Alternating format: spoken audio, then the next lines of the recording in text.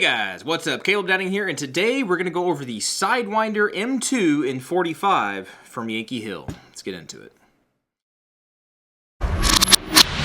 Alright, so disclaimers right off the bat. Yankee Hill did send me this can, and they sent it for purposes of review and making content and stuff. So if you've got to take what I say in this review with a grain of salt, you do that.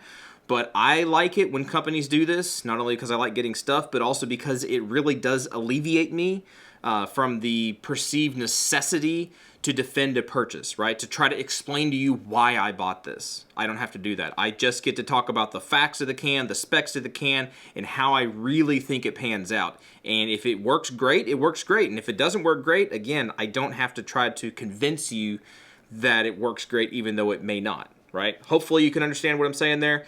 That's my caveats and stuff. That's my disclaimers. Let's get into the actual review. All right, so specs. We're going to talk about specs. We'll talk about what comes in the box, and then we'll actually talk about the can, kind of give our 2.5 cents worth out of it, all right?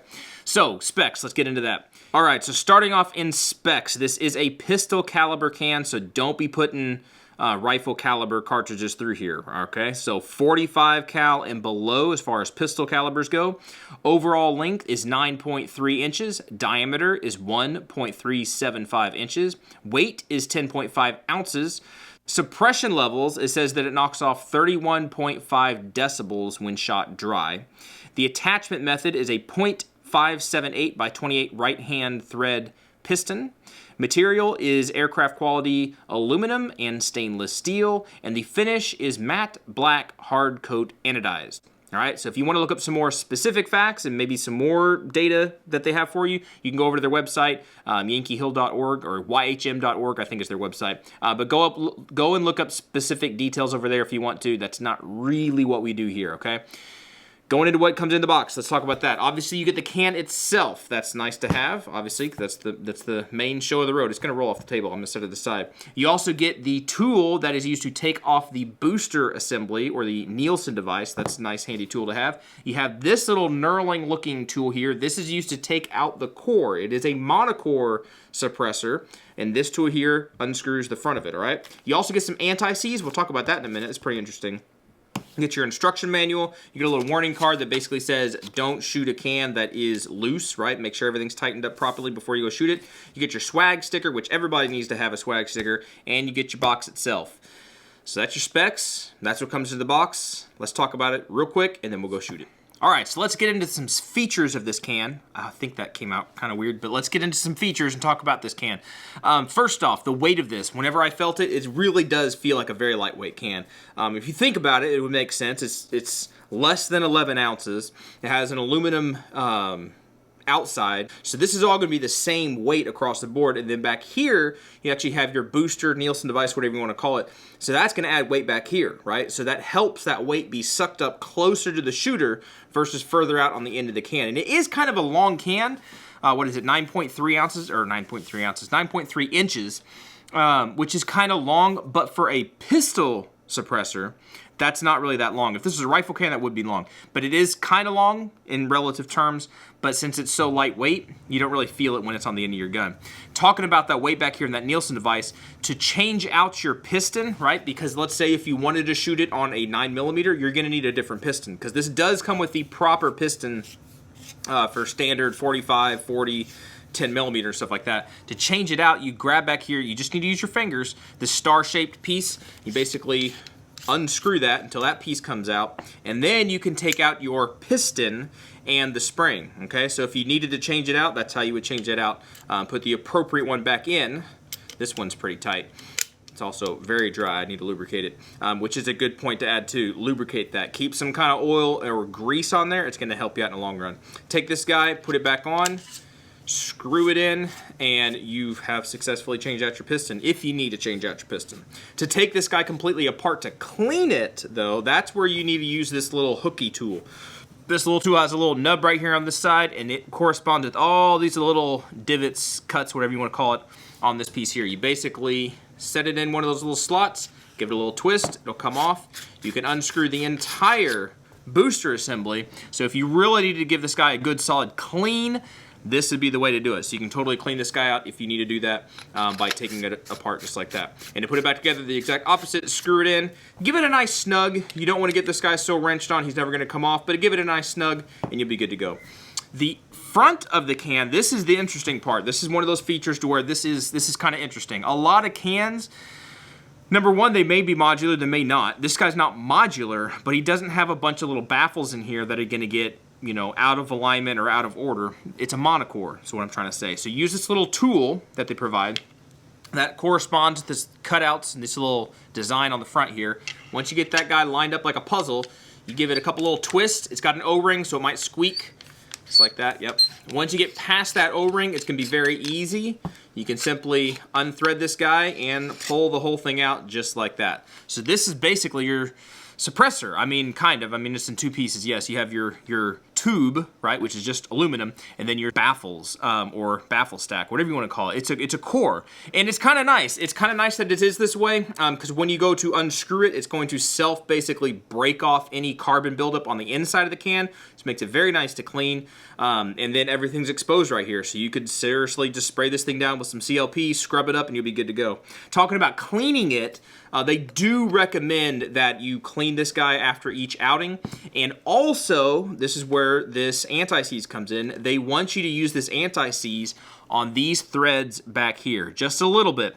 That way it doesn't get all basically carbon locked and sealed up together and you can never get the can apart. You don't want to do that. So anytime you take this guy apart, you should put a little anti-seize on these threads right here. So to put this guy back together, exact opposite, drop it down inside. You can use your fingers until you hit that O-ring. See that O-ring? I don't know if you can see the O-ring, but that O-ring is right in here. Once you hit that O-ring, that's where you should use your tool. Right there. Get your tool on there. Come on, you gotta line it up. It's like kindergarten.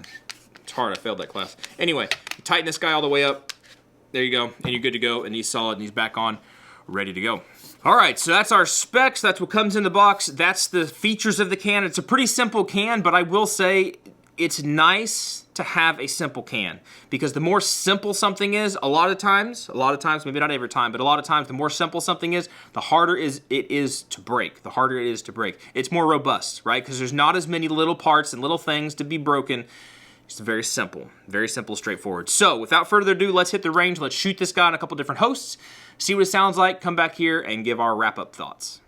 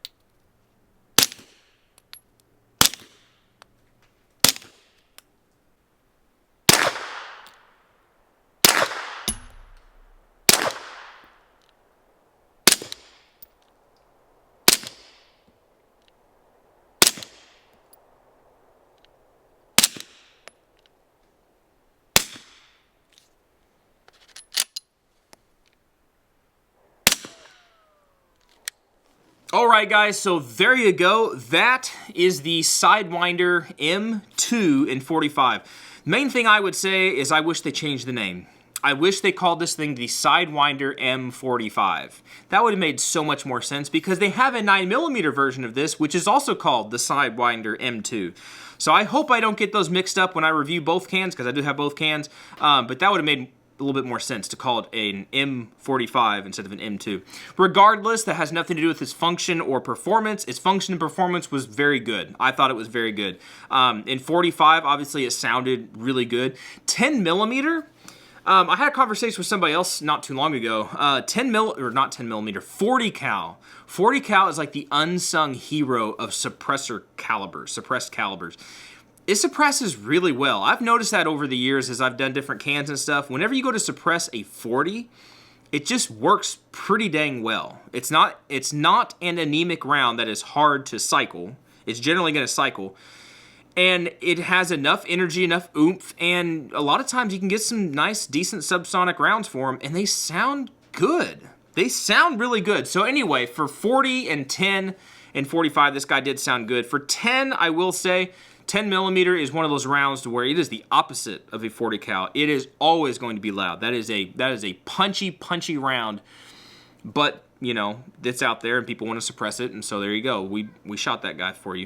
But 10 millimeter is very punchy. For 40 and 45, this guy is fantastic. For 9, it's even not bad. It's not bad on 9. I will say, however, though, if you're primarily looking at suppressing 9 millimeter, get a 9 millimeter can, because the closer your bore of the suppressor is to the caliber that you're shooting through it, the closer that is, it's going to seal things up a little bit better. It's going to sound better. You might get more back pressure if it's way sealed up real tight.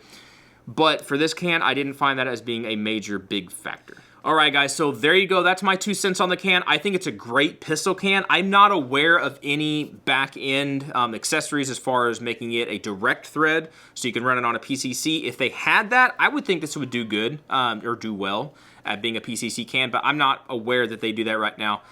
So for a simplistic 45 cal can, I think it's a good choice. For an MSRP, I think of around 600 bucks. I think it's pretty nice. If that's the MSRP, that means you can probably get a little bit cheaper. Anyway, guys, that's it. I hope you guys appreciate that. I hope you learned something, or at least it was interesting to watch. If you got any questions about the Yankee Hill stuff or the M2, or what I think should be called the M45, hit me up. Let me know. If I can get you the answer, I will. If I can point you in the right direction, I will do that. Thank you, Yankee Hill, for sending this thing out. And that's it. You guys be good, you be safe. Appreciate you guys watching, subscribing, and everything, and hopefully catch you in the next video. See ya.